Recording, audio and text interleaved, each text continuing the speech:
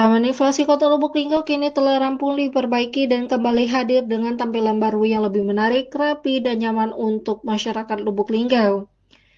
Revitalisasi taman ini dilakukan sebagai upaya mempercantik ruang terbuka hijau sekaligus meningkatkan fungsi taman sebagai ruang publik yang ramah bagi lingkungan sekitar.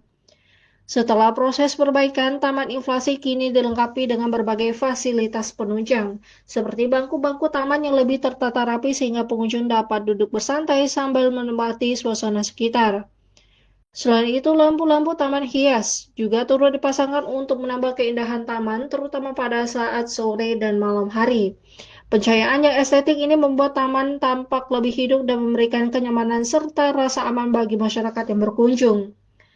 Dengan wajah barunya, Taman Inflasi sangat cocok dijadikan tempat bersantai bersama keluarga tercinta, dan juga menjadi spot foto terbaru yang menarik dan juga Instagramable.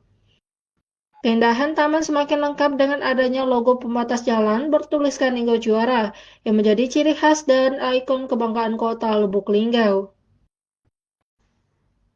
Taman Inflasi Lubuk Linggau ini diharapkan dapat mampu menjadi salah satu ruang publik favorit yang memberikan manfaat positif bagi lingkungan dan kehidupan sosial masyarakat Lubuk Linggau.